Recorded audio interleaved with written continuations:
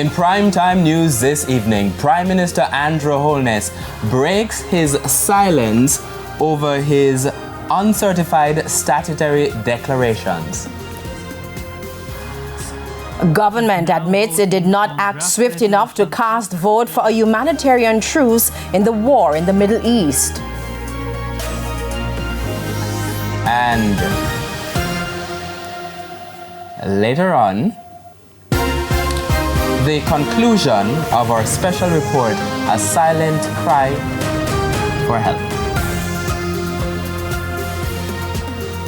Good evening and welcome to Primetime News on air and online at onespotmedia.com, and a special welcome to viewers on TVJ International in the Cayman Islands. I'm Archibald Gordon. And I'm Janella Precious. Also this evening we have the business review, and Javon Keys is here with a preview.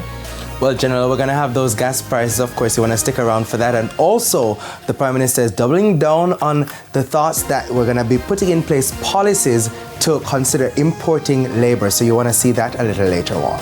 All right, so they've been full of a lot of drama recently. So what's happening in sports? I'm just going to give him that very open lead-in.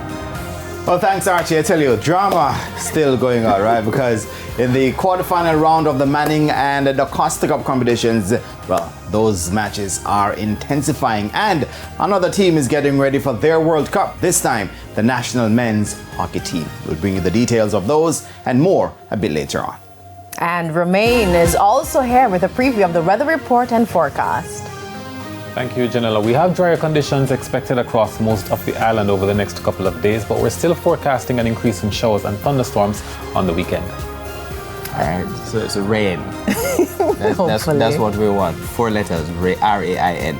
All right, so we also have E-Prime as well as sports commentary in this newscast, but before the break, the feedback question. And this evening we are asking, what are your views on the declaration of the state of public emergency in St. James? You can share your comments online, facebook.com/television Jamaica, and you can post us on X at TVJ News Center. Stay with us. Primetime News returns after this break.